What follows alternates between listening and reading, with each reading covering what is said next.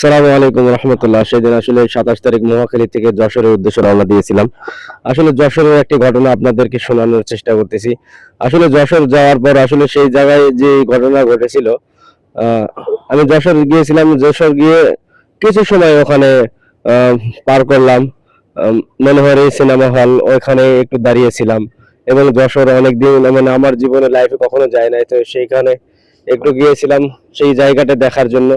সেই দেখার উদ্দেশ্য করেই আসলে ওখানে যে আমার রোডে পার্বতীপুর ফুলবাড়ি পর্যন্ত যে মেন রোডটা রেলওয়ে, আসলে সেই দিন বন্ধ ছিল।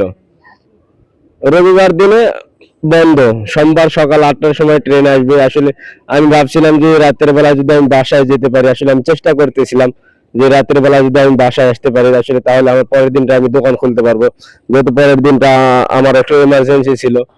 তো সেই ক্ষেত্রে আমি অনেকক্ষণ রেলওয়ে স্টেশনে আমি চেষ্টা করছিলাম যে এখানে কথা বলে যে যদি কোনো গাড়ির ব্যবস্থা হয় কিনা। তো ওনারা বললো যে না, সকাল 8টায় গাড়ি হবে।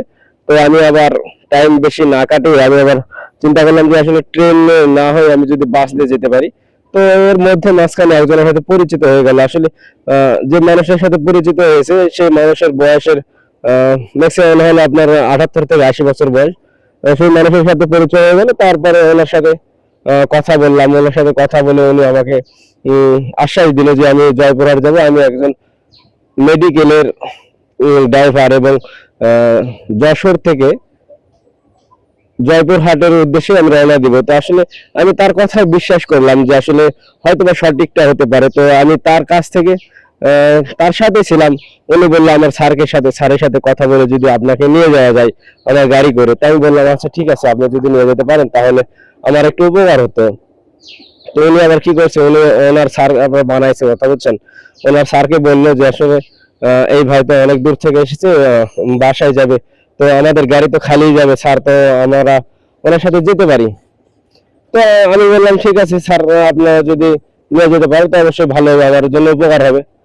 তো এই ঘটনাটি তারপরে আমাকে রিস্কায় করে ওনার বাসা পর্যন্ত রিস্কায় করে মেডিকেল পর্যন্ত নিয়ে আসার চেষ্টা করলো। ওখানে আসার পর আমার সামনে যে ভিডিওটা আছে আমি আপনাদেরকে ভিডিওটাও দেখাবো। ওইখানে ব্রিজে, ছোট্ট একটা ব্রিজে নামিয়ে দিল। নামিয়ে দিয়ে বলতেছে তুমি এখানে দাঁড়াও, আমি আসতেছি। আমি ওখানে দাঁড়িয়েছিলাম। তো ওখানে দাঁড়িয়ে থাকার পর ওনারা আসতেছিল। ওনারা একজন আসার পর আমাকে বললো যে আপনি তো ইয়াতে যাবেন, তো আমাদের গাড়ি আসতেছে, ড্রাইভার কোথায়? তো আমি বললাম যে ড্রাইভার তো গাড়ি নিতে গেছে। তো ড্রাইভার যখন গাড়ি নিয়ে আসছে, আসার পর